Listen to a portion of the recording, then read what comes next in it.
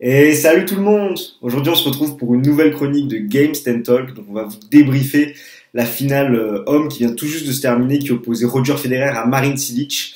Roger Federer s'est imposé en 3-7, 6-3, 6-1, 6-4. Le Suisse qui défie un petit peu toutes les stats en ce moment.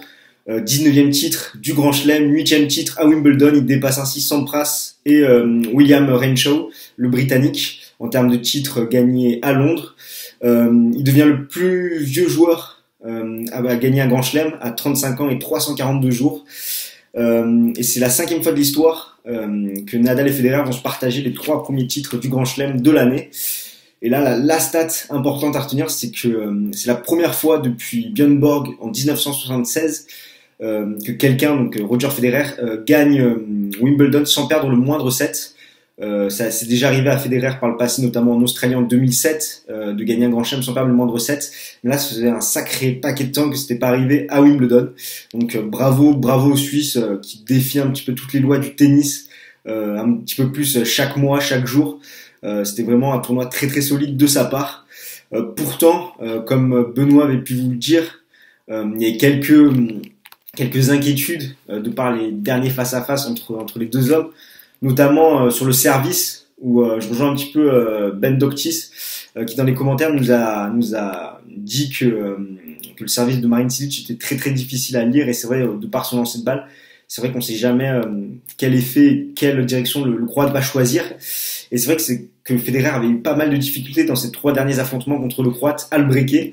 On peut noter notamment que Federer a seulement breaké 4 fois Cilic sur les 3 derniers affrontements, et lui, Cilic, avait breaké seulement 5 fois Federer sur leurs 3 dernières confrontations. Donc on savait que le service allait être vraiment quelque chose de décisif dans cette partie. Et pourtant, Federer sur ce match, il l'a breaké 5 fois en 3 petits sets, alors que là en 11 sets disputés, il avait seulement breaké 4 fois. Comme quoi, du coup, Federer a bien réussi à corriger le tir et à très très bien retourner. Du coup, on va un petit peu redérouler le fil de cette finale. Donc on a un premier set remporté 6-3 par Federer, avec un début où les deux hommes sont un petit peu crispés, notamment jusqu'à 2-2, où Cilic se montre très très agressif sur les jeux de Federer. Il se procure notamment la première balle de break du match qu'il n'arrive pas à convertir, ce qui sera sa seule balle de break. Et Federer est un petit peu trop timide, où il commet pas mal d'erreurs en coup droit et en revers. Et pourtant, c'est quand même lui qui va empocher le set 6-3. Parce que à partir du moment où Federer va breaker, ça va le libérer. Et lui, Cilic, sera toujours aussi crispé dans son jeu, en commettant beaucoup d'erreurs, notamment en coup droit et en revers. Il ne va pas suffisamment bien servir. La stat, c'est 49% de première balle Cilic dans le premier set, et seulement 39% de points marqués derrière sa seconde balle. Donc c'est un ratio très très faible, et c'est pas avec de telles stats qu'il aurait pu inquiéter Federer en tout cas. À partir du deuxième set, c'est un petit peu bizarre parce qu'on a les larmes de Cilic qui va s'asseoir sur le banc, qui demande un petit peu le kiné, le docteur, le physio, on sait pas trop, mais il se met à pleurer sous sa serviette. On sait pas exactement pourquoi, sachant qu'il se fait pas manipuler, mais en tout cas c'est une véritable correction dans ce deuxième set. Federer s'impose 6-1. On sent un petit peu Cilic résigné, qui va tenter beaucoup de services volés. Donc quand on adopte cette tactique, ça montre un petit peu qu'on sait pas quoi faire, qu'on est dos au mur, et que du coup on tente le tout pour le tout. Et bon, c'est pas un grand volleyeur Cilic, ça ne lui réussit pas, il se prend 6-1. À la fin du second set, il y a un temps mort médical, il va se faire soigner au pied, on sait pas si c'est une ampoule. En tout cas, le kiné a refait le bandage et a donné un petit cachet à Cilic. Cilic s'est un petit peu mieux senti dans ce troisième set, il le concède seulement 6-4. Il retrouve un pourcentage décent de première balle, 70% de première balle, mais ça ne suffit pas. Il se fait breaker une seule fois dans ce set, et ça signe un petit peu sa fin de match pour le Croate. Du coup, défaite en 3-7. On pouvait s'attendre à une plus belle finale. En tout cas, c'était pas une très très belle finale. On retiendra plus les stats et les stats de Federer et tout ce qu'il y a derrière, toute cette portée historique de ce titre du Suisse, qui réalise vraiment une saison excellente.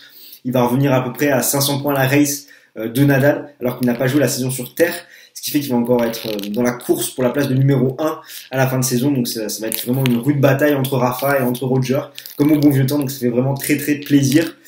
Si on compare un petit peu les stats générales de cette partie, on constate que Cilic, c'est 60% de première balle, 65% de points marqués derrière sa première et seulement 39% de points marqués derrière sa seconde. 5 aces, 16 coups gagnants et 23 fautes directes. Donc un ratio assez faible où il a commis beaucoup de fautes.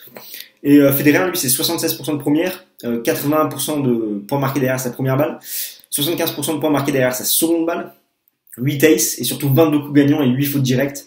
Les fautes directes qui ont été majoritairement commises dans la première manche où Federer était assez crispé.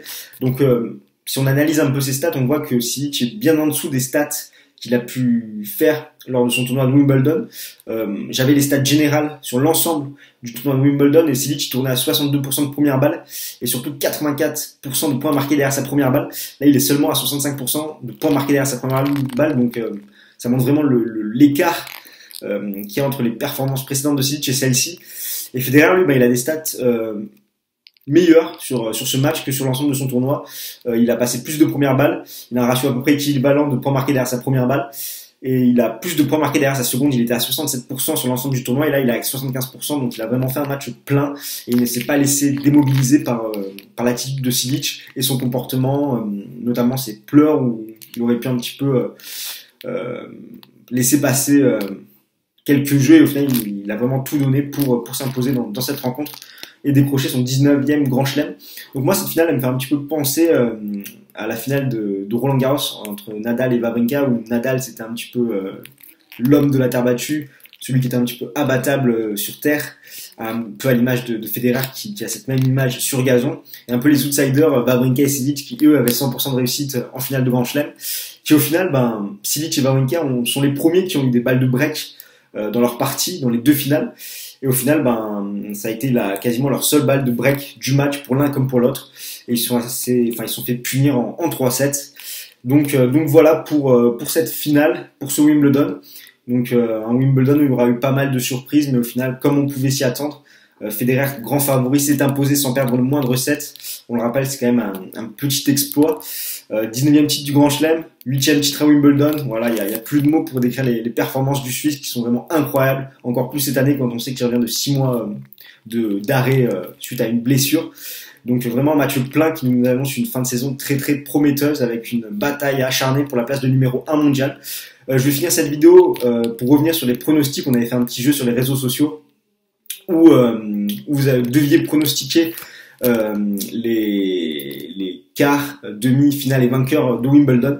Donc je vais vous afficher le récapitulatif de ces pronostics et le classement. Et donc on félicite The Uniclose D qui sur Twitter a fait les meilleurs pronostics avec à peu près 70% il me semble de bonnes réponses ou un peu plus. Donc vraiment une très belle performance. Donc vous pourrez voir les scores de l'équipe ainsi que tous ceux sur Twitter qui ont participé pour comparer un petit peu. Game Stand Talk s'en sort pas trop mal pour le coup en pronostic sur Wimbledon.